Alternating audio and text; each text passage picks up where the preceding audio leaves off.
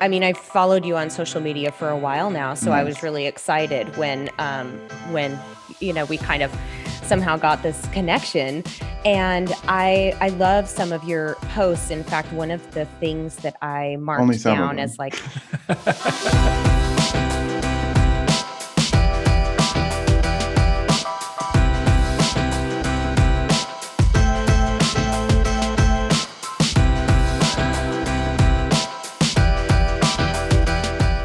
Hi, everyone, and welcome to Middleish, the podcast about moderation in all things. I'm Erin Green. And I'm Michael Gray. And Michael. Am I supposed to introduce myself? Go ahead. You can if you want. Dr. Spencer Nadolsky. Dr. I didn't know if you guys were waiting for me. You were sitting there like there's a pause. I was like, am I supposed to say something? Dr. Spencer, we have been waiting for you for a very long time. Nice. It's an incredible honor to have Dr. Spencer Nadolsky on the podcast today. And I'm just going to do a quick intro so our listeners and viewers who have not met Dr. Spencer Nadolsky on social media or in any other avenue have a great understanding of this guy. So Dr. Nadolsky is a licensed, practicing, board-certified family physician who specializes in bariatric care and lipidology. His philosophy is one that pushes lifestyle over pharmaceuticals when possible. Dr. Nadolsky completed his undergrad at University of North Carolina, where he also wrestled in the heavyweight division for the UNC Tar Heels. His experience in athletics shaped his approach to medicine, using lifestyle as the primary intervention for his patients. He is known on social media as the doc who lifts and specializes in memology on Instagram. And we're going to get into some of his very creative and I think really awesome, funny memes as well. So we're really excited for this conversation. Thank you for being here. Yeah. Welcome, Dr. Nadolsky. Thanks for having me. Yeah. Excited. I listened to your guys' podcast while working out a couple of weeks ago. It was definitely uplifting. I think I hit some PRs there. So okay, good. Nice. I was going to ask, were you like angry lifting after a while, or were you like, oh yeah, this is great, like pump me up? No, yeah, definitely pump up. Well, you mentioned Awesome. on that day, you told me, you said, I'm going to go listen to your podcast while I work out. And a little bit later, you were like, this could be interesting. Listen to this while I work out. We'll see how it goes. So I'm glad it wasn't, a bad situation for you. Doesn't take much to get me going, I guess. Right? Awesome. Well, so Dr. Nadolsky, give us a little bit of your backstory. What got you into medicine? We obviously know that athletics played a role in that, but kind of give us a little bit of your backstory. Yeah, I have an interesting little journey compared to like my brother. My brother's a doctor. He's an endocrinologist. You may want to have him on the podcast at some point, but Cool. He's 4 years older than I am. We grew up in an athletic academic family. Both parents were teachers. Father was a wrestling football coach, biology teacher, chemistry teacher, really into science like Darwin, evolution, all these different things, nutrition and exercise, starting very young. Well, my brother was much more intense than I was as a very young kid. You can see, we have a video on our YouTube where he's like 8 or 9 and he's jacked. He looks like one of those kids that goes viral, but like back then they didn't have YouTube. So, Right. he never went viral, but he's got abs, pecs and biceps. You can see just as a very little kid. And then I come in and I'm like messing around. I don't even want to have anything to do with it, but he was very good from the beginning in high school, 4-time state finalist, 2-time state champ, wrestler, but shorter stature than me. People always ask, like, we looked like twins, but because of our height difference, people always ask, was there a milkman involved? Like, why is he so much shorter than you? But we look a lot alike. He's like an accordion shrunken down version of me. But your faces do look very similar. I came across your brother's picture and I was like, oh my gosh, they look like twins almost. Yeah, Definitely brothers. And what's funny is that we were like the same, and I don't remember this. I mean, I remember this, but I never thought about it at the same time. We were like the same height for a while. And it's like, he's 4 years older than I am.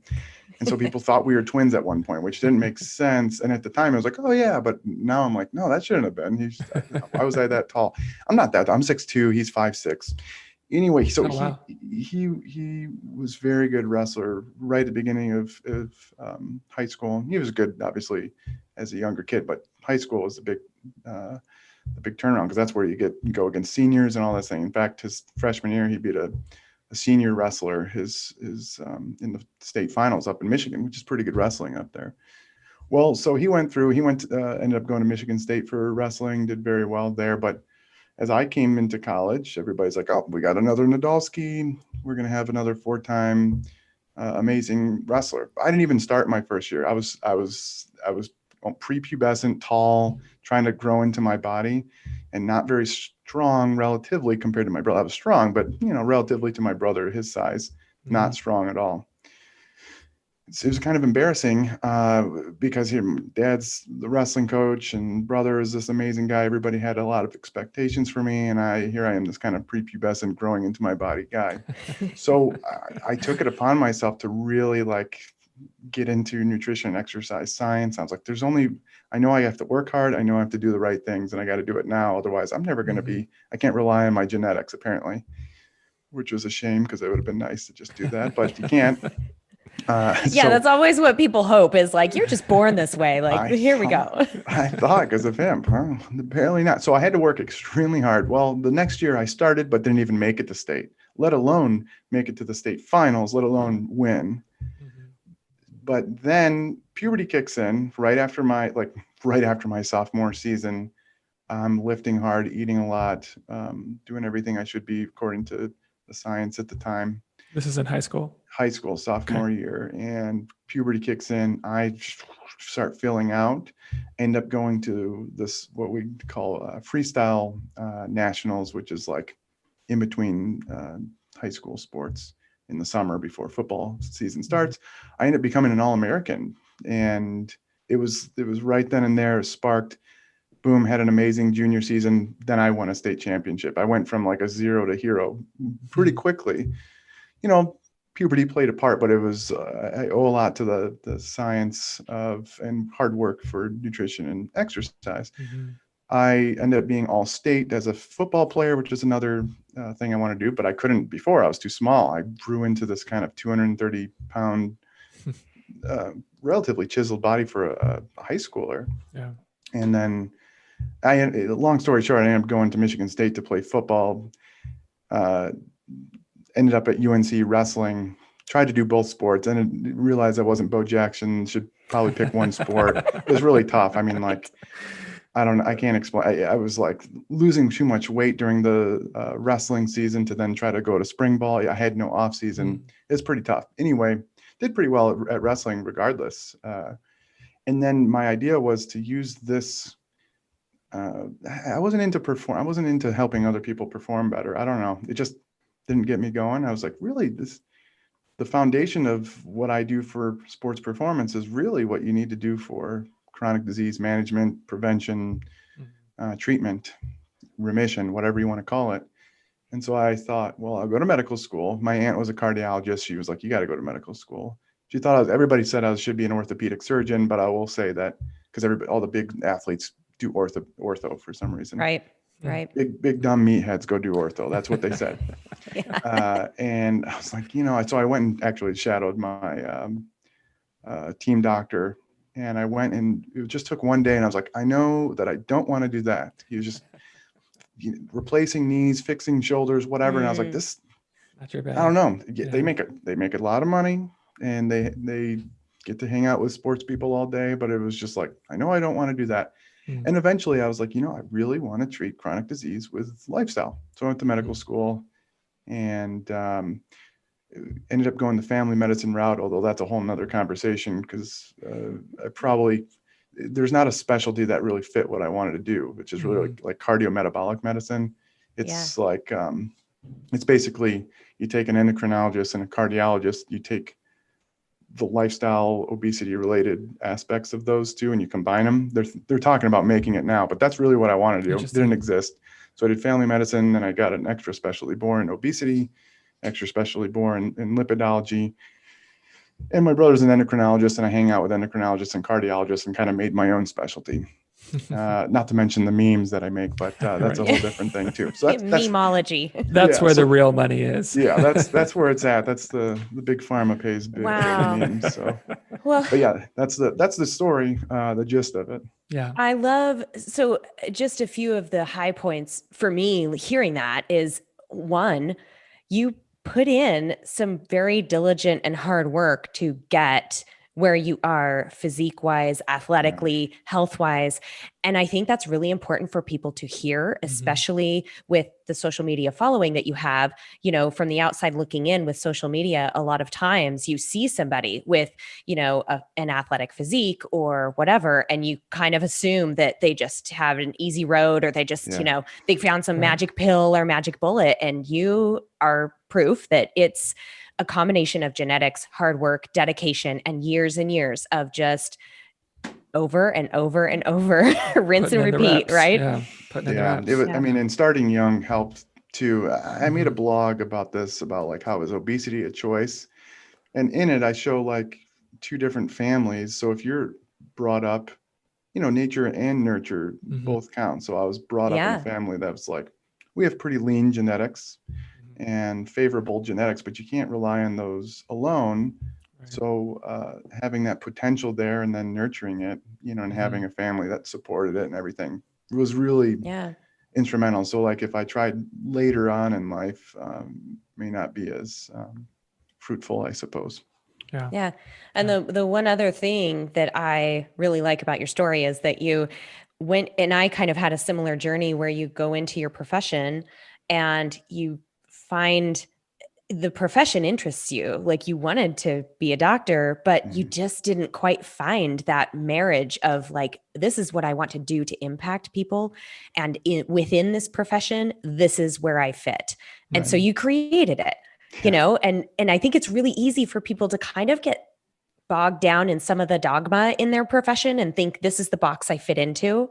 And Michael and I have talked about this before too, that, you know, you've got to find your place in the world of health and fitness and, you know, impacting people. So that's cool. Had to kind of make my own thing. So you talk a lot about just kind of your approach is, you know, a lot of about sustainability, right? The long term, and that often the best approach is approaching that reasonably, right? With moderation and taking things in bite-sized chunks and that kind of stuff. And I've also heard you talk about how that's kind of counter to a lot of where typical medicine is right now. So how did you get from kind of like going through school and learning about like, this is how we do things, to where you are now? That's kind of counter to a lot of that. How did that journey happen for you? Yeah. So you go through medical school. They say, I mean, in all the lectures, you know, diet and exercise are a good thing, but you know, here's the drug that you're going to give for this, and here's how the drug works, and blah, blah, blah, blah, blah. But when you look at the pathophysiology of what's occurring in most chronic diseases now, I mean, you know, there are infectious diseases that we don't see as much anymore because of our good public health, sanitation, vaccines, whatever. But then most chronic disease, non-communicable, meaning like non-infectious, it's lifestyle related.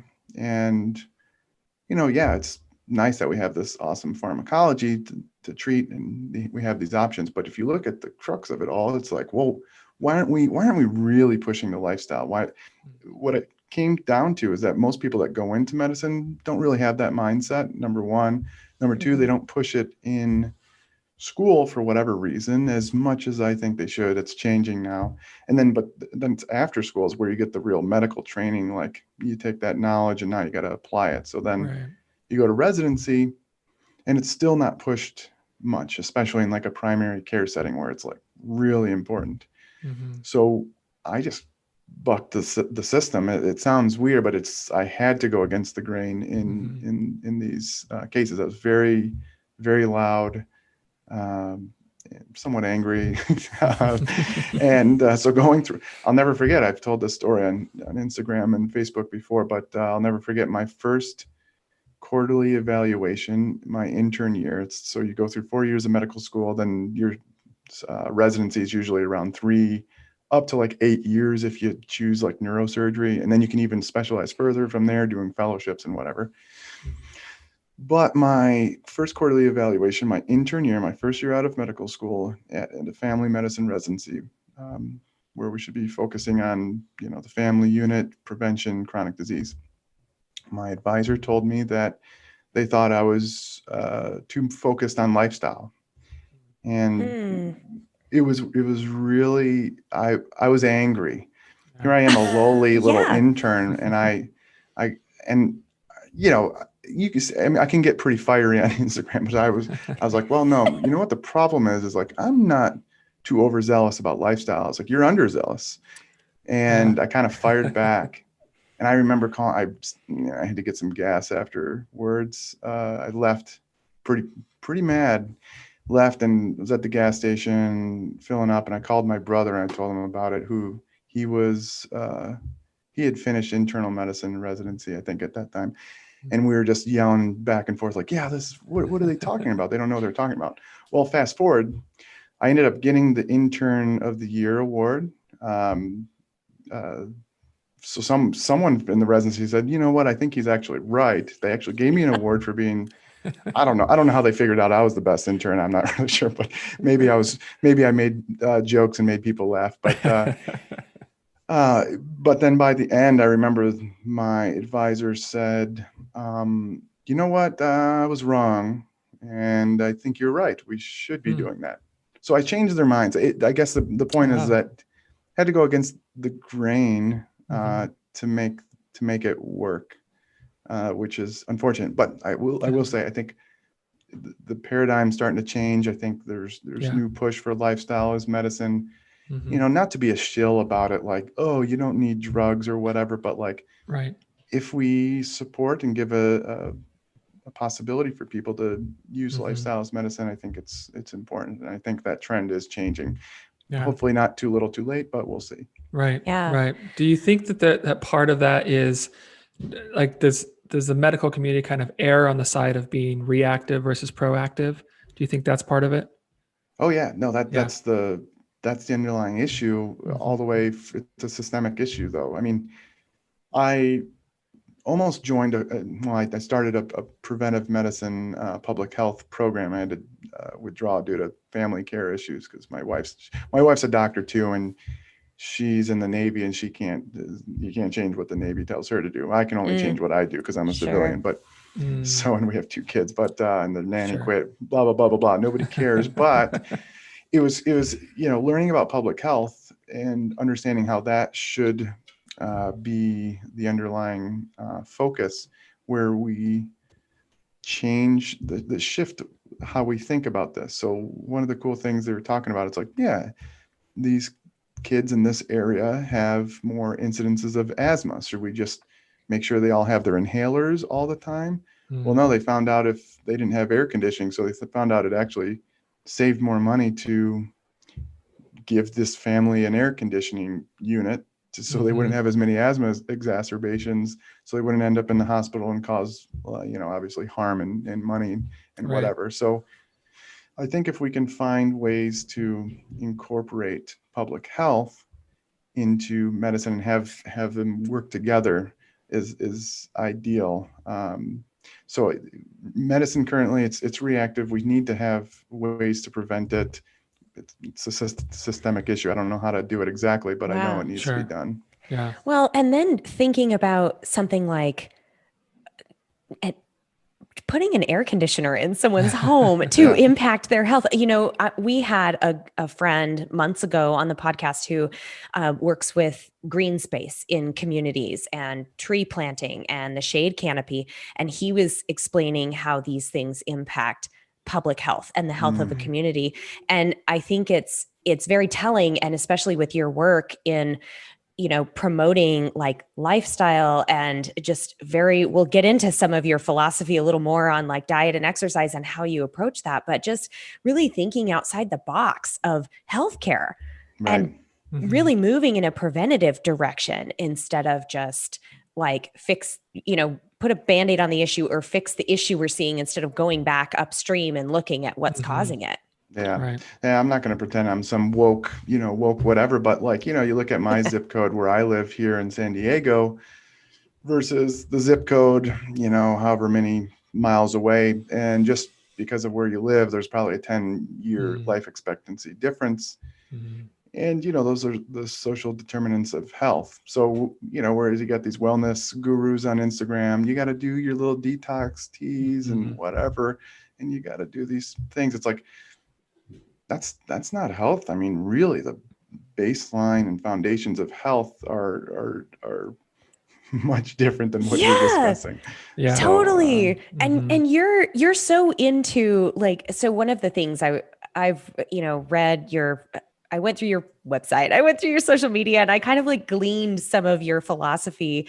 And one of the things that you are just very consistent about is making these small, sustainable changes to build awareness. And I love it because Michael and I rail all the time about these like huge, like extreme diets, or like this is the exact rules you need to follow, or like you said, detoxes and all this detail kind of stuff, or like huge sweeping changes, where hearing from someone like you who does have that like profound foundation in health and understanding of physiology, even you are saying, take these very small steps, and taking one step is better than no steps at all. It doesn't have to be all or none. Yeah, no, that's the all or nothing mindset's an interesting. It's illogical, but we all do it. So like, especially when it comes to dieting, for some reason, the analogy I use is that like, when it comes to dieting, it's always all or nothing. Either you're on a diet or you're off a diet, which makes no sense to me, because like you think about like in grade school, you didn't get 100% or 0%. Right. You get an A, A minus, B, B plus, whatever, B minus, C. Yeah. There's a lot in between there. There's no such, and to further, there is no like such thing as a perfect diet anyway. So like, Right. what's the point of Amen. thinking it that way? So I will just mention that, some patients do well with, for some reason they do well with an extreme, what we would consider an extreme approach. And sometimes it works really well for them. If we can be have some more precision with who that would work for versus not, that would be great, but we're just not there.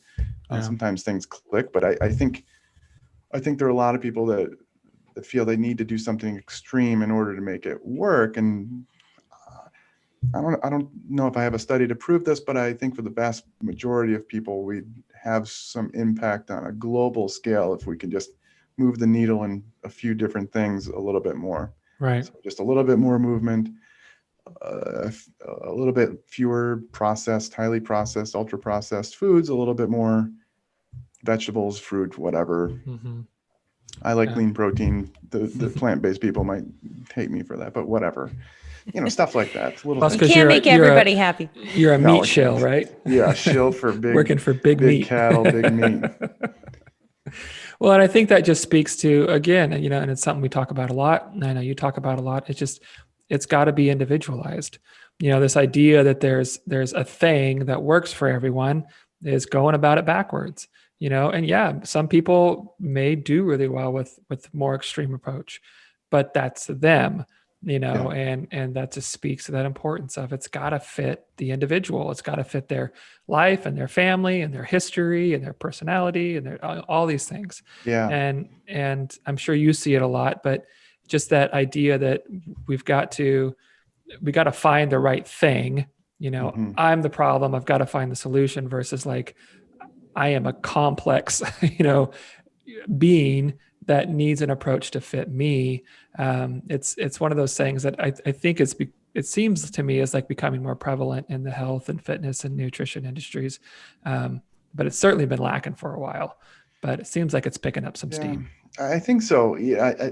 More education to the, kind of these fitness folks who are loud and outspoken. And I think they're shifting a little bit, but you still get some loud and outspoken people kind of pushing the other way. And it's like, all right, well, you don't know what you're talking about, but I guess if that's your brand, you want to be loud.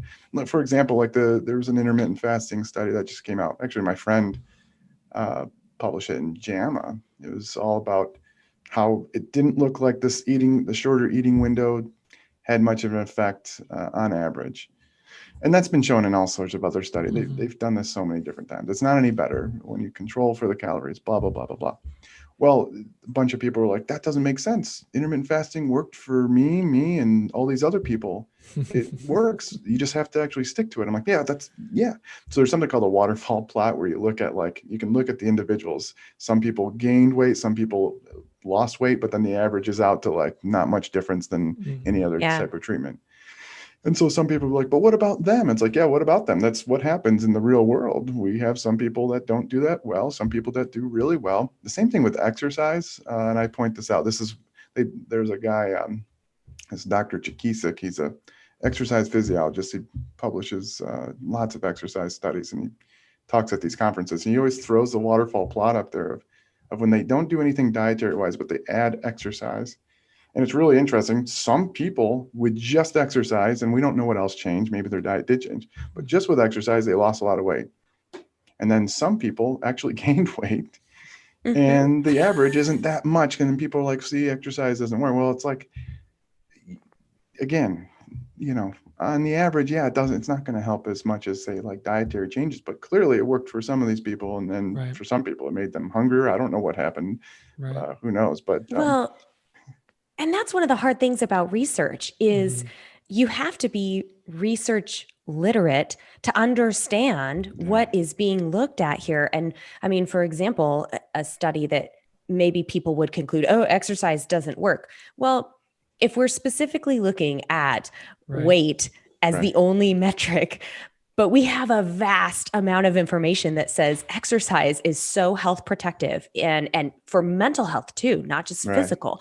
There are so many benefits from it that you can't just ignore all of that other body of research. And this is just one study. Can you tell us the value of your understanding of research and keeping this big picture approach instead of getting bogged down into just one study? Yeah, it's really hard because I mean, you go to medical school, they don't teach you exactly how to read studies in medical school. You're kind of drinking from a fire hose from just the basic knowledge base that you need for becoming a physician.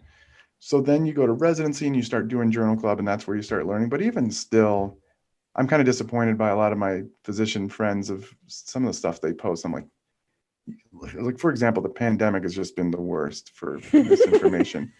So I don't want to get political or anything. It's just, but let's say hydroxychloroquine, for example, there's a big hoopla about, no, hydroxychloroquine works. These doctors are saying it works. I'm like, okay, nice hypothesis you got there.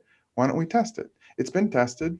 It doesn't seem to be effective. And then they keep, shifting the goalposts. And then what happens is these new retrospective case studies come out where basically in a retrospective thing, they have to go back and look at the charts and then try to find a control group to compare to retrospectively.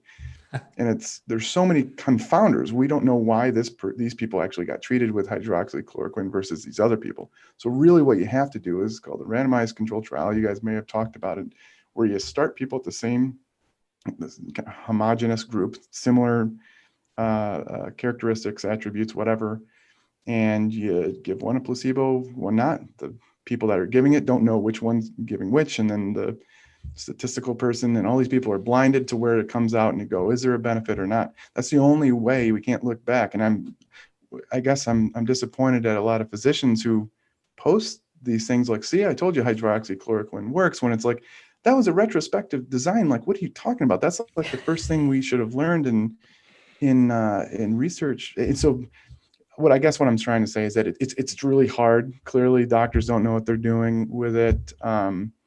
And I guess I would just try to be skeptical when you see a headline that says anything about any new study in diet or exercise or anything, apparently, for that matter. And if you really want to learn, you just, it's hard to figure out who to surround yourself with too, because you may think some guru's good, and then they post something weird, and it's like, oh man, I don't know who to trust anymore. So I just say, just keep, stay skeptical, take everything with a grain of salt, but there are books on how to learn study design, and if you really want to know, but there's some basics there that would probably get you out in a pinch. Just Yeah. to Right. Well, and I think that understand, but it's speaks, tough. like if it's tricky for physicians, Yeah. then, Kathy, who's selling keto tea in her spare time, maybe doesn't have the best handle on it. Yeah. And, You know? and they're the loudest too. That's the thing. It's just Right. like, well, Oh man. Right? I'm like, well, it could be this and this. And they're like, no, it's this. I mean, they come on my Instagram too. And I'm like, Mhm. let me click on their profile. Like, what are they? And it's like, oh, that's I always, for some reason, use an air conditioner repairman because I wouldn't say like I know anything about air conditioning repair. Right. I know nothing about it. Someone better fix this because I don't know what the first thing. But they're a better doctor than I am. They're a better researcher than Dr. Fauci and better Mhm. like all these different things. I'm like, oh God.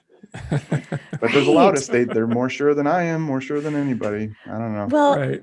and I think on one of your posts, or it was probably a meme, Yeah. okay, in your memeology degree that you have, one of the things you said is when someone makes a bold claim that doesn't seem correct and your spidey sense kicks in, maybe trust that. You're probably right. And, something like plants cause cancer or whatever, Yeah. like we hear these things, and Mhm. you're exactly right. With the pandemic, everybody is an armchair infectious disease doctor and everybody's an armchair, epidemiologist. Yeah. And I really think, when I think about if I have a question on something and I'm like, this doesn't sound right, but I am not the expert, start asking questions. Like you said, remain skeptical. And I like to add, remain curious. So Mhm. one of the other flip sides of science is that it's evolving. It's Yeah. always evolving. We're always learning more. And that's, I think, one of the wonderful things about science is nothing is like absolutely written in stone final. We learn more like every day, every year. Yeah. And people often will not trust that because Yeah. what we knew, last year or 20 years ago, especially with health and nutrition, all of a sudden people are like, oh, well, they were wrong. Mhm. Eggs are good for us. What should we do with that? And these scientists and nutritionists don't know what they're talking about. No, remain curious, Yep. but skeptical. Yep. Yeah. So that's the issue with the pandemic is Mhm. massive amounts of information have changed. Like we didn't have masks, we weren't recommending masks necessarily. Some think it was due to the shortage and we needed to prevent an influx of people grabbing all the masks, all these different things. And then people are like, see, they're saying that they're flip-flopping. I'm like, no, that's how science works. It's like, Right. we're not really sure. And now we're getting more information. Yeah, it seems to be, there might be a benefit. I think people aren't used to that. They want more certainty. And then they think Yeah. that, especially with like epidemiology, I mean, those models, it's like, we have some vague information. We put them in a model that looks like everybody's going to die. Right. Well, it's like, okay, let's just be cautious here. Mhm. And everybody gets upset because it's like, well, no, nobody's dying from this. I don't even know anybody with this. And then we're getting more information because the virus comes here, and now we're learning about it every day. It Mhm. looks, I don't know, and I don't even want to say anything here because this comes out, it's going to be different in a few months. But like, Right. Right. and then I'll recommend something. I recommend what I'm just trying to relay what I'm not an expert in immunology. Right. Or infectious disease. I got a good base of it. In fact, I took extra classes in epidemiology and statistical analyses and infectious disease and all these different things just recently. But I still, in public health, I still wouldn't call myself an expert, but I'm relaying what the experts are saying, and then people are getting mad at me, and I'm just like, all right, I'm going to stop talking about this because people just are angry no matter what I say, apparently. Oh, totally. Hot Yeah. topic. Yeah. When it's like, it's almost like people would rather just have old information, old outdated information that's what they're comfortable with than like new revelations, right? Like Yeah. if we learn something new about how to deal with pandemic or nutrition, whatever, like people are like, I don't want it because that conflicts with what I already know. So just tell me the old stuff, and Yeah, it's weird. and especially like when the pandemic, like viruses are alive. They're like, they morph and they change and they adapt. And like, it's not like a, I don't know, a potato's a potato.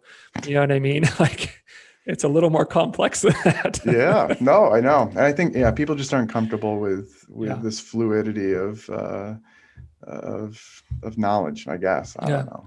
Which I really think speaks to, I don't know if it's just an innate thing or what, but I think it really speaks to how we approach getting healthier. It's like we just want to do what we know, and there's safety and there's comfort there, and stepping outside into unknown things or to flexibility, right? I think a lot of people, they want that, like, I think that's why these fad diets are so popular. It's like you just do X, Y, and Z, and you do that and you'll be fine. Don't do anything else. Where that's not the way it is. You got to bend, you got to flex. Life changes. You lose a job, you lose a parent. Stuff happens. Yeah. And if you can't have that flexibility, you're going to be in trouble. And it's the same thing we're seeing here. It's like I just want the thing, I want to know, and then that's it, and then nothing changes, and I'll be good. Yeah, I mean, and that's the other thing with with these randomized trials. We try to, when it comes to nutrition trials and diet and weight loss, it's different than giving a pill. So we give a pill and a placebo.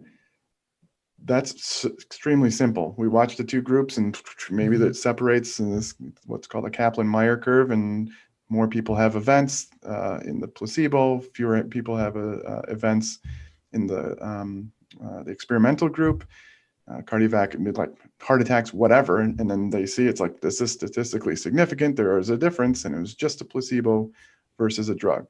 Whereas nutrition, and let's say weight loss specifically, like you said, it's hard to get a true homogeneous group of people with a very finite intervention, because so many things are going on that, like you said, what about that person? Oh gosh, they didn't lose any weight. Well, it just so happens they got married or divorced, their kids going to school, off to college. I don't know what's going on with them. Right. something that's just really hard. Whereas like in the drug trial, all they have to do is take a pill. With this, it's a massive intervention with multiple complex aspects that are hitting from multiple angles. It's kind of tough. And yeah, you can still see whether there's an overall benefit or not. But it's tough. That's why weight loss and nutrition and everything is tough. It's a lot harder than just taking a drug. Super complex. Yeah.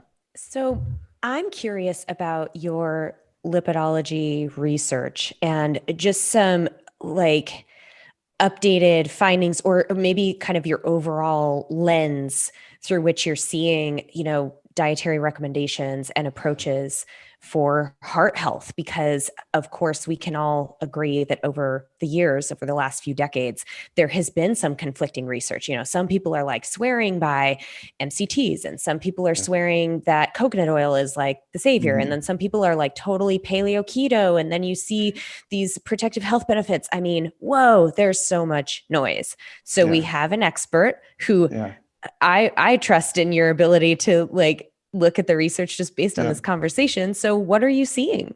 Yeah. So the nutritional lipidology is like my expertise too. I'm good with the drugs and whatever. I have to be because of the tests I take and the whatever. But there's a lot of other lipidologists who are just strictly into the pharmacology. They don't even care about the lifestyle, which is, again, I don't know. I don't think that's a good idea, but whatever.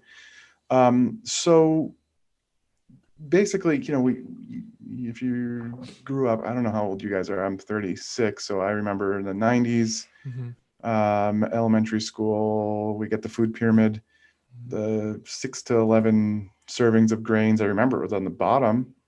And then as you go up, the oils and whatever at the top. Well, that's interesting. The thing is, lipids are pretty complex. What we do know is that having lower levels of what's called LDL particles or LDL cholesterol, it's really the particles. Just an aside, the cholesterol that we eat is different than the cholesterol that's actually circulating our blood. The cholesterol circulating in our blood has to be carried by what's called lipoproteins. The cholesterol, it would be like putting oil in water and looking the separation. So you have to have, they're hydrophobic. So you have to have a hydrophilic carrier. So they have these little proteins that are kind of working around with these lipids, both triglycerides of fatty acids, and there's a bunch of phospholipids and whatever, but the sterol, the cholesterol. And so these things circulate our blood. What people call good and bad cholesterol, it's kind of a misnomer because cholesterol is cholesterol. So that's really these ApoB containing cholesterol particles And those are the LDL, the VLDL, IDL particles. HDL particles don't have this ApoB particle on them. So those don't cause atherosclerosis. These things with ApoB can get into your arteries, become what's called retained, and then your they get modified somehow, and then these macrophages come and eat them up, and then you start making these foam cells, and it makes fatty streaks, and then makes atherosclerosis. It's a chronic type of thing. It takes a long time, by the way. So I wanted to make this differentiation because most people think, well, you just eat cholesterol and then it just kind of gets in your blood and then it clogs your arteries. Mm-hmm. And most people think, oh, you eat butter and it's solid at room temperature. And so then when you eat it, it just kind of like goes into your bloodstream, and then somehow and just kind of congeals butter and then clogs your around. Arteries. Because they show these pictures of your arteries. It looks like it's butter. It does. I mean, and so that's what in Time magazine, I've seen the headlines and whatever. Yeah. It's much more complex. So our liver is very important in regulating what's actually circulating in our bloodstream, mm-hmm. and what we eat doesn't necessarily match what is actually circulating in our bloodstream. So let's say you eat, let's say just pure cholesterol, something that has a lot of cholesterol, like eggs. Well, your blood cholesterol, the lipoproteins carrying the cholesterol, doesn't actually change as much as if you were to eat, let's say, some high saturated fatty acids. And that's because the high saturated fatty acids that you eat actually change how your liver recycle the LDL. So that's really what matters more. So people that have lower levels, genetic levels of LDL cholesterol, they have the lowest risk of heart disease. People that have genetically higher LDL levels have higher risk of heart disease. And then you look at all the drug trials, or most of them anyway, and it seems that those all seem to lower the risk of heart disease. Again, the nutritional stuff gets a little bit confusing because it depends on what you replace the nutrient with. So, mm-hmm. For example, amen. So like it's really hard. You can't, again, that's why I brought up the RCT thing. It's you take a placebo, you take a drug, pretty easy to see. In nutritional studies though, it's like, okay, all right, so they're going to lower their, let's say, saturated fat. And what are they going to replace it with? Well, they can replace it with, you can replace it with maybe protein. Mm-hmm. That's not really been done. I haven't seen too many studies doing that over the long term. You can replace it with sugar, probably not a good idea. You can replace it with like complex carbohydrates. I would be like lentils, maybe. That would help lower your cholesterol. Mm-hmm. And then you could also replace it with a different type of fat, which can also have an effect. So it gets really complex, and then it's hard to stick to that. And so all the studies that have been done that have looked at like cardiovascular outcomes were old. All the time they have these new Cochrane analyses that come out, and it's always just the reanalysis of the old stuff. I wish the new studies would come out. It looks to be, though, that those who eat more polyunsaturated, monounsaturated fats instead of saturated fats have fewer cardiac events. They tend to have lower LDL cholesterol. It's not a slam dunk, though, because, again, it's more complicated than that. So there's a difference between like the saturated fat in butter versus, let's say, whole yogurt. The similar fatty acid profile, but the butter will have a more pronounced effect on your LDL cholesterol because it impacts your liver a little bit more. You may not absorb as much in the yogurt. And then, again, what did you, in a real life situation, are you just adding it, or are you replacing it and doing a whole different, are you losing weight? All these things have an impact. It's complex, but I would say that if I was just going to give somebody a blanket guideline, I would say eat mostly plant-based. I would eat, yes, the dietary cholesterol will have an effect. It's not nearly as much of an effect as a saturated fat. Soluble fiber matters. The soluble fiber actually binds up cholesterol that's in your intestine. And so actually, just to go back to why dietary cholesterol doesn't actually make a big effect. Most of the cholesterol in our intestines is from bile. We actually make it. Yeah. So, you can add in dietary cholesterol and it won't make as much of an effect. Now, if you have soluble fiber, it can bind up the dietary and the biliary cholesterol, and then we excrete it. And then what happens is our liver upregulates the recycling, because it's like, wait, we're not getting back that bile anymore, and we're not reabsorbing it. So it upregulates the recycling to then be able to make more. So that's another interesting thing. The soluble fiber makes a difference. Polyunsaturated fats seem to upregulate the recycling of the LDL cholesterol. There's people are worried about oxidation of the polyunsaturated fats. And this is why just eating an overall healthy dietary pattern, mostly from whole foods. You're not going to drink corn oil and use it to fry up corn. That's what people think. And so really, anyway, it gets I wish I could have like a PowerPoint. I could explain it a little bit better, but actually I just did a PowerPoint. It's going to release on the Renaissance Periodization YouTube. I go over the little dietary things and explain it a little bit better, but okay, cool. It's actually coming out tomorrow, but okay. Awesome. Yeah. We'll link that. And I mean, just praise be to things like oatmeal in this whole carb phobic world that we're in, because that soluble fiber is found in lots of different fruit. Hello, carb phobes. Fruit has it, and whole grains and legumes. So I think that stands to be, shouted from the rooftops when people get on these, very restrictive or specific diets where they're eliminating entire food groups. There's a time and a place for people to do that if they have an allergy or some reason. But when it comes to overall metabolic health, heart health, and the dietary pattern, which I'm so glad you used that word, because you're right. We don't just drink corn oil, or we don't just eat pure cholesterol. You eat it in a context with whole foods that have a symbiotic, nutrient profile that kind of work together. So I think that's fish. If you look at the fish oil studies, they're mixed. And like people get so angry, and it's like, well, but then it looks like people that eat more fish tend to do better. But it's complicated because the fish comes with protein, and there's other nutrients in like salmon, oily fish. And there may be some properties about like the EPA and DHA, and specifically the EPA now, they think, but it's hard to dial it down to one little nutrient there. So I think the other thing is, so like people think oatmeal is not good for you because it raises your blood sugar. Well, no crap. It is a carbohydrate. It will acutely increase your blood sugar. If you're eating steel cut oats, as opposed to the more highly refined oats, hopefully it doesn't have as much of a glucose excursion. But the real underlying metabolic health issue is the fat that's surrounding our organs and heart and pancreas and liver. And that really comes down to the energy balance. So like, don't worry about the oatmeal acutely increasing your blood sugar if it's helping you otherwise eat in an energy deficit or getting you leaner and you enjoy it, keeping you fuller.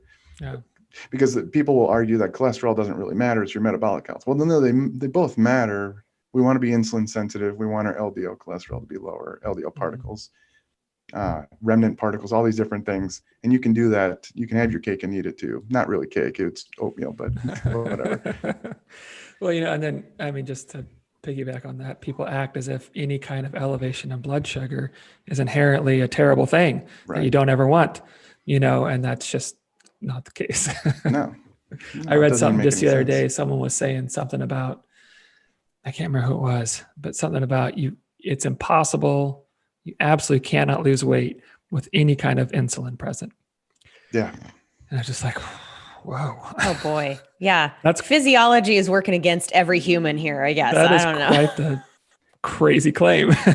Yeah, it's interesting. It's funny. We have these new drugs out there, glucagon-like 1 peptides, and these have a cool story behind it, because in the 1950s, they started doing these studies where they injected glucose straight into your blood versus they had people drink it. And they wanted to see, well, whose blood sugar is going higher and whatnot.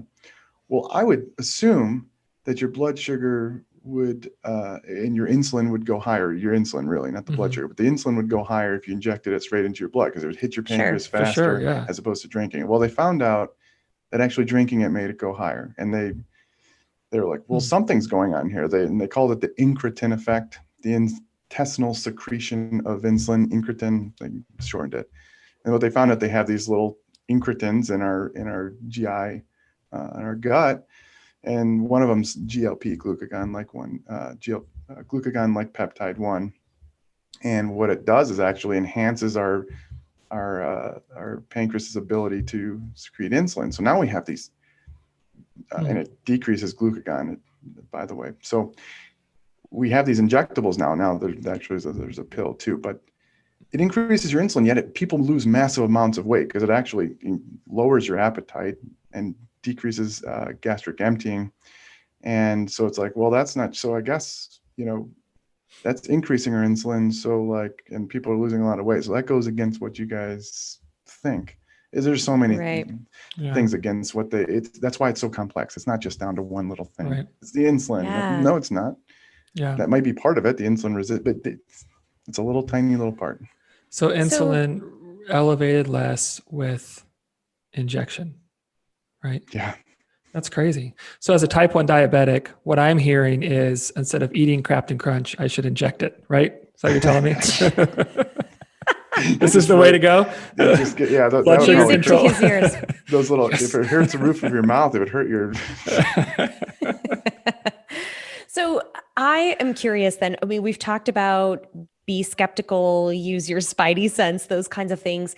How can what tips would you have for people that are getting a lot of their information from social media? Mm-hmm. And as we've acknowledged, a lot of the voices that are loudest are probably misinformed or speaking half truths or just plain like nuts. They just don't know what they're talking about. How do you have any tips for people to suss through this stuff?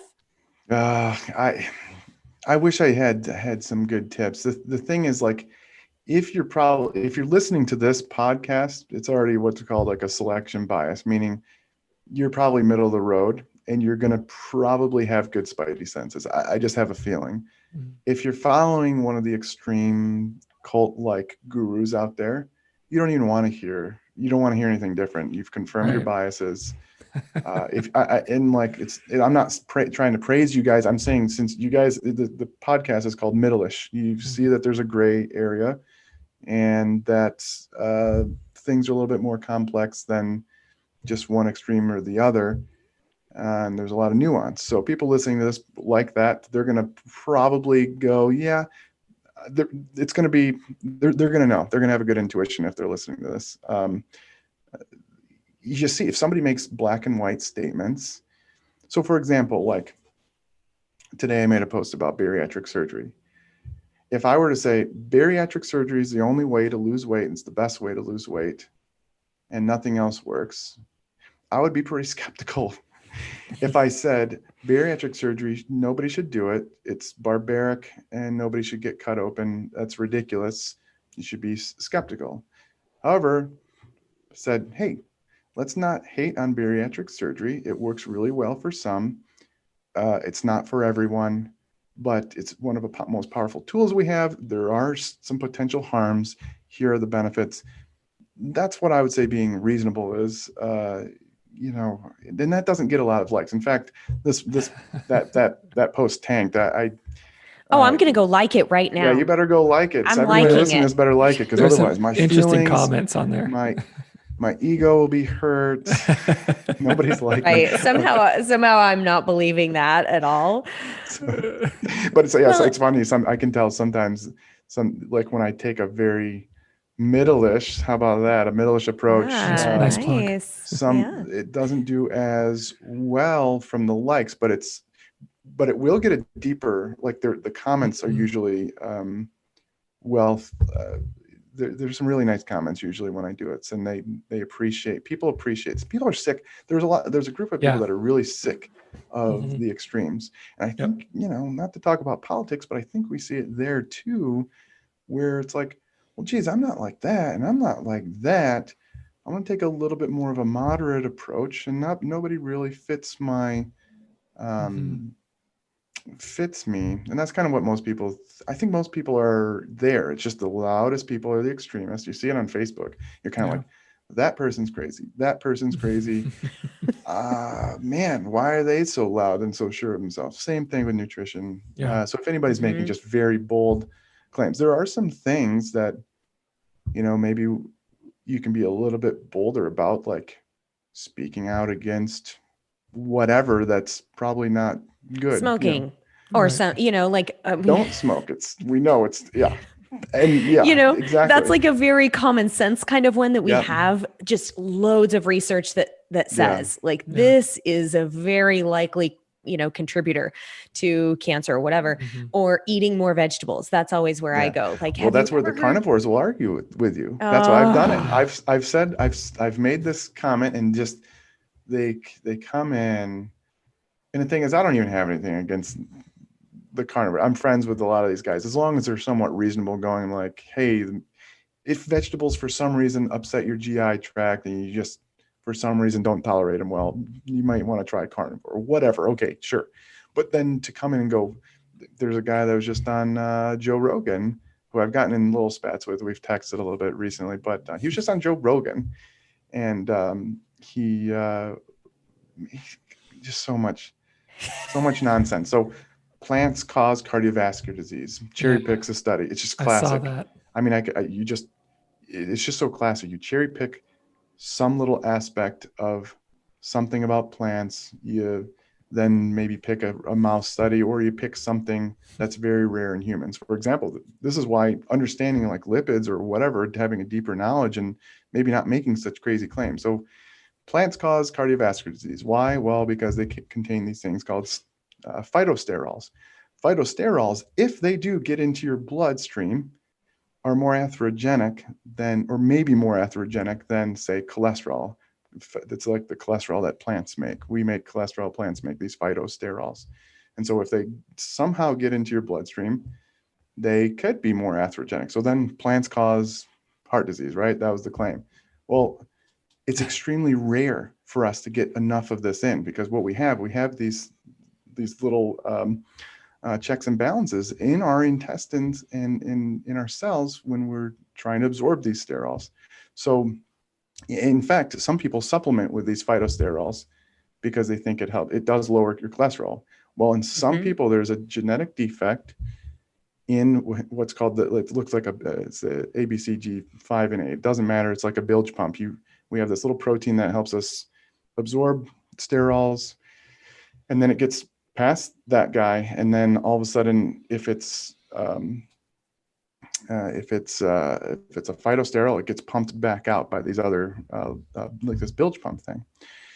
Well, some people, it's rare, you can have defects in there, and those people do have high incidence of cardiovascular disease from both cholesterol, not mind you, it's not just phytosterols, but it's Right. cholesterol and phytosterols. You're just absorbing way too much. And so you take a little bit of dangerous knowledge and then you apply it to all plants. It's like, no, that's not true. In fact, we know that most people that eat plants seem to fare better. So that doesn't really make sense.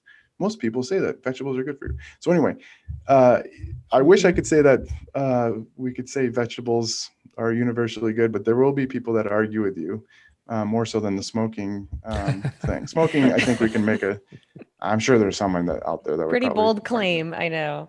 Well, But, was it just a few Yeah. years ago? There was that study that said that eggs were more dangerous than yeah. smoking Yeah. cigarettes.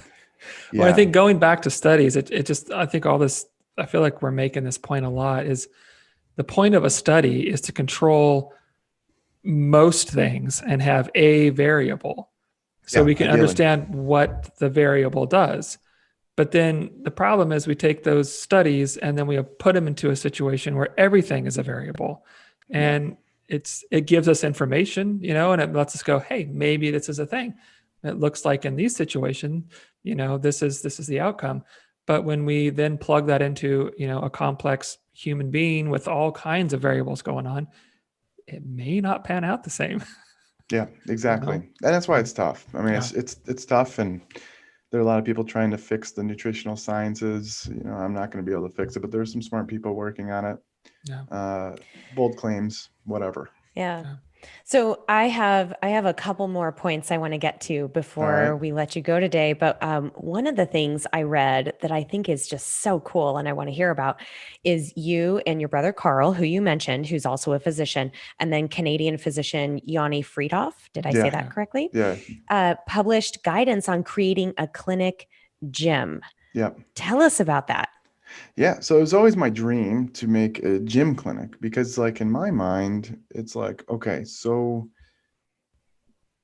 Miss Karen, my 60-year-old patient who's been sedentary and very afraid of going to the gym, you get muscle heads bigger than me at the gym, stronger, whatever, hooting and hollering. And it's like, and you get some other people, just some scantily clad people. It's scary to go to the gym. And you're like, I don't feel comfortable going there. I've trained for a triathlon a few years ago, and the first time I showed up at a pool, which I've never really been in a swimming pool other than to play around and whatever, I was a little bit intimidated going, and I'm like, in a Speedo, pretty lean, buff guy, but I was still intimidated because I don't know what the hell I'm doing in this pool. I don't know how the lanes go. I don't know what the etiquette is. I'm trying to figure it out. We've all been there. We've all been there. I can only imagine if I'm like comfortable in my own skins, whereas a beginner goes to a gym and everybody's hooting and hollers, people, meatheads walking around, and you're just trying to figure out how to get in a little bit better shape. Anyway, it's really intimidating. It's a real thing. So my idea was that you have a gym as your clinic. It's hard though. There's a lot of issues with payment. If you go to a doctor, you expect the doctor to use insurance. And so then you want to use the gym and use your insurance, but insurance usually doesn't pay. Sometimes they do. There's some programs that do it. And then the doctor has the overhead of the gym. Well, there are multiple ways you can do it. And I suggest them in the book.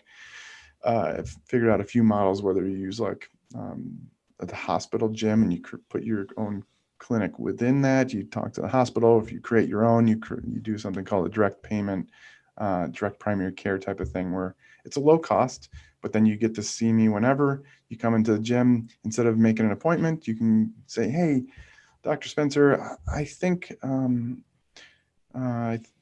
need to get my cholesterol checked, and then you just put the orders in. There's also, it makes things efficient. You're creating almost like a CrossFit kind of community type of thing, is what I would expect. Anyway, I think it would be the gym of the future. I'm actually renting out an office here in a gym right now. This is where I am. I have a little office here, and the next door is, or right connected to this is the gym where my buddies own it. And if the pandemic didn't happen, this is what I was going to do. I was going to have patients come in here, and then I could see them in this room and whatever. Now I do everything online regardless, but I do have some patients that come work out here. But I think that's, and Yoni, Dr. Friedhoff, his office is a gym, but this is something my brother, he's an endocrinologist, so he's developing it there too. So I think it'd be ideal for preventive medicine and totally. getting And people. it goes along with, I heard a story a couple years ago, and maybe there's more than one now, of a nutrition pharmacy, basically like a grocery store pharmacy, where the prescription is here's your shopping list and these are the items you're supposed to go get. And they work with like local insurance companies to cover some of the costs, which is in the same vein of what you're talking about, using that lifestyle intervention, which is super cool. Yeah, that was the other thing. Is like, okay, maybe, and then you can set up, you can get these shares at farms, and you could do all this stuff and try to make it as cheap as possible. I mean, the idea is we all want to make money, we all want to do this, but like in an ideal kind of utopian type of world, it would be like every doctor's office has a gym connected to it, and the food and whatever you go, that's what I think. Maybe I'm just too, maybe I'm naive. I don't know, but no, I think it's great. I mean, I think, shoot, you could even have, counseling, right alongside there, financial advice. Just, I mean, we tend to look at health in such isolated ways. I think, a doctor does this and, but it's also, again, interwoven, it's like the way we are emotionally affects us physically, and the way we are medically affects our mental health, and all this stuff is so intertwined that it makes sense to tackle a lot of those things together as one cohesive team. I think it's a fantastic idea. This is Exactly. a good segue into my final thing I wanted to ask Dr. Spencer is you emphasize helping patients be above all happier. Why is happiness so important to your practice? Well, it's hard to give a pill to be happy. Some people are, just it can be fleeting. None of us are happy 100% of the time. I have low stresses and a pretty good life, but some days I'm like, I don't know, I'm just not happy today. But like having an overall like quality of life, so like when it comes to, let's say, dieting or whatever, I get a lot of patients like, I want to be 150 pounds. That's what I was in college. And that's what I want to do. I'm like, well, why though? Like, what? I think I'll be happier then. I'm like, because of why though? Like, if it's because you're going to be on fewer medicines, you're going to have less knee pain or whatever, that makes sense. But why did you pick that number? So it's a lot of times we go through like, okay, what's the goal here? And some people, dieting may make people worse off. Is that, so I'm very individualized with people. Some people I have to kind of pull them back a little bit, pull back the throttle. Yeah. Some people, we can push the throttle down and maybe it will help. But it's, overall quality of life. Is this going to improve your quality of life? Yeah. And some people, some of these interventions worsen quality of life. And it's really hard to get. It's easier said than done. I can't just be like, yeah, you really shouldn't diet, and they're like, screw you, I'm going to another doctor and getting whatever. But yeah. So we, just have a discussion. But happiness, again, it's fleeting. It's hard to make that necessarily a goal, but like somehow moving towards just having a better, healthier, happier life in some sort of regard. Yeah. Love that. And I love that point of, in an attempt, an intervention, an approach, whatever, to an attempt to be happier, oftentimes for people results in them being less happy because it's so disruptive to their lives, and their family suffers, and their, emotional and mental well-being suffers. But yay, I weighed what I did in high school, or whatever, and everything else just sucks. And I think that's a great point. Yeah. And it depends. Like, again, it just really depends on the person. Maybe it's like, we should really hit this hard. And if you do a good job and you lose the weight and whatever, you are going to be happier just from the decreased pain or whatever. But then in some people that may create more pain in other ways they never even thought. Yeah. Awesome. So where can people find your work? We didn't even get to talk about Renaissance periodization, but you could explain what that is real quick, or we can have you on another time and talk more about that. Yeah, we could do that another time too. But Renaissance periodization is the fitness company I work for. Really, they were focused on like athletes and bodybuilders.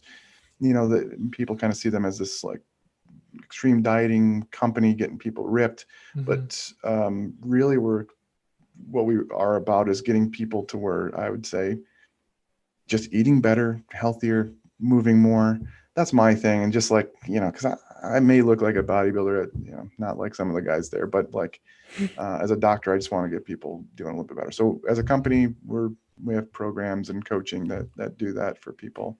And I'm their chief physician, coming out with some really cool products in the future. But we have a bunch of RDs on staff and other PhD coaches. So Awesome. So that's what we do. And then, so you can find me on just Instagram at Dr. Nadolsky, DrNadolsky. I'm on Twitter and Facebook, but Instagram's where I do most of my stuff. And then we have our RP YouTube that I do videos each week for a little bit more in depth on a certain topic. Yeah. And that's about it. Cool.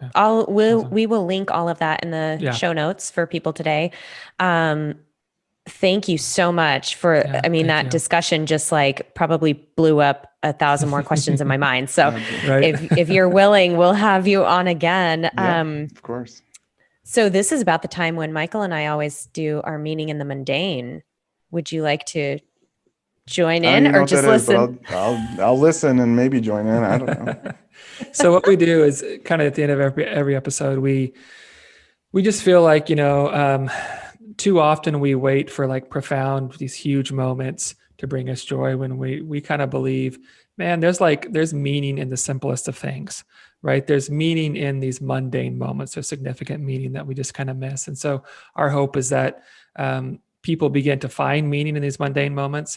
And so we always talk about, a moment over the last week or so where we've kind of been doing some ordinary, random, boring, seemingly mundane thing that kind of hit us as, like, this is really showing me how special life is, or a moment where I really connected with someone or something like that. So that's kind of this little closing segment we do. So no Cool. pressure, Got it. no pressure All at right. all. But you want to go, Erin? Sure. Yeah, mine was last night, and you're going to love this one, Michael, because we had a very minimal, socially distanced pumpkin carving party outside around the fire. I'm not a fan of carving pumpkins. Not a fan. I thought about you as I was scooping out my pumpkin. I was like, Michael hates this stuff. Yes, he does. But for us, I mean, so my good friend Justine came over with her husband, and of course, small group, spaced out outside. And I made soup and bread, and we just, had a few beers, and we just kind of stood around the fire and chit chatted. And it was just the simplest thing. But she kind of pauses for a second, and she goes, I've got a cup full of soup and nice hot bread and a fire. Fall is just the best. Like, she just was like so happy and pleased with this very simple kind of setting. And then we carved pumpkins, and it was just a super fun, makes me really appreciate those moments of just ordinary, seasonal kinds of things that you do, especially during the pandemic where, life just looks so different. So, so that was mine. And I had to bring it up because you hate pumpkin carving. I do. I think yesterday or 2 days ago, Kathleen came home with a whole pumpkin carving kit. I was like, all right, good girl. I guess we're doing this thing with the kids. So nice. Awesome. Mine was just this morning, actually. I had I guess what you would technically call a sales call with a prospective client.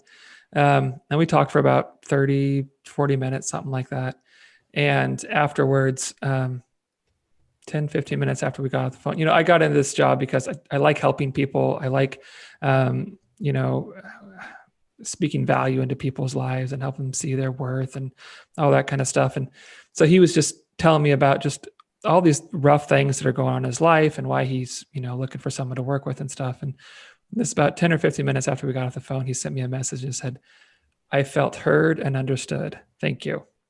I was like, yes, in the middle of this sales call, which is a very routine, mundane thing, something I don't enjoy doing at all. There was meaning for someone. And it was just a good reminder to me of just be really conscious of the potential that this job has and why I got into it in the first place. Yeah. So. And people won't always remember what you say, but they'll remember how you made them feel. Yeah. So that's good. And then the funny thing is right after that, so he was in India, first time I've ever made an international call. I didn't think about the cost because like right after I got off the phone, I get this text message from T-Mobile and they're like, you just made $150 international call. It's like, oh, great. That's nice. Well, so we learn something every day. My bill's going to be a little higher. We'll do like, Facebook or, something next time. Yeah, do like the WhatsApp or whatever. Yeah, something else, man. Anything. Jeez, man. Be pen pals. Yeah. Yeah, mine would be like my kids they're so cute and they can, they're almost, one's 3.5 or almost 4 and the other one's going to turn 2 and they can be real pains in the asses, of course, just like any kid. But the mundane thing is like, my daughter or son, the son's the youngest one, there'll be pains in the asses and then all of a sudden they'll just come up and snuggle with you and just I know they're not going to be young for much longer, so like it's just one of those things like I got to enjoy this, and so you have to sit there and really take the good with the bad because they'll drive you crazy. They do, don't they? Mine are 9 and 4, so yeah, that right around 4 ages, it's an adventure. Can't wait. So before we go real quick, what are you doing for Halloween? Are you guys going trick-or-treating? Are you staying home? Or? I don't think we trick-or-treat around here. I think really? I think I shut it down. I think we're just doing a small with like 2 other families that we hang out with their kids. Yeah. and yeah, just doing a little like painting some small pumpkins and Nice. whatever. Fun. Yeah. Cool. Yeah. Our neighborhood is organizing a Halloween parade where they're fun. going to put on costumes, and, they distributed flyers and invited people to sit out on the curb, and you can either put little treat bags together or, set treats out so the kids can come and self-serve and that kind of thing. So I think that's a unique, solution to the whole That's real fun. trick-or-treating thing. Yeah. Cool. Cool. All right. Dr. Spencer Nadolsky, yeah. thank you so much. Very much. Such a great conversation, and we look forward to future conversations with you. Yeah. Sounds good. Podcast Thursdays are the day. All right. Keep the memes coming. Yeah, please. All right, everyone. Thanks for listening. Have a good week.